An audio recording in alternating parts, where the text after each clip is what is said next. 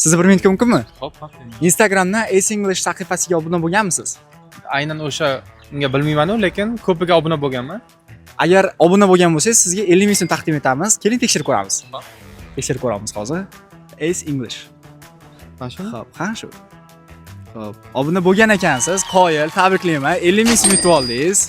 Sizga ingliz tilida 5 ta savol beraman. Birinchi va 3-chi savollarda o'yinni tark etishingiz mumkin bo'ladi. Qolgan savollarda oxirigacha boshingizga to'g'ri keladi. Tayyor bo'lsangiz boshlaymiz. Xo'p, kelishdi. Ingliz tilida bodring so'zi qanaqa aytiladi? Bodring so'zi cucumber. To'g'ri topdingiz, qoyilman. Ingliz tilida by fe'lining o'tgan zamoni qanaqa bo'ladi? Voy, adashmasam bout bo'lish kerak. To'g'ri topdingiz. Hop, ingliz tilida ishdan haydalding so'zi qanaqa aytiladi? Ishdan haydalding, bu you are fired. To'ppa-to'g'ri. Keyingi savolga o'tamizmi yoki o'yinni to'xtatamizmi?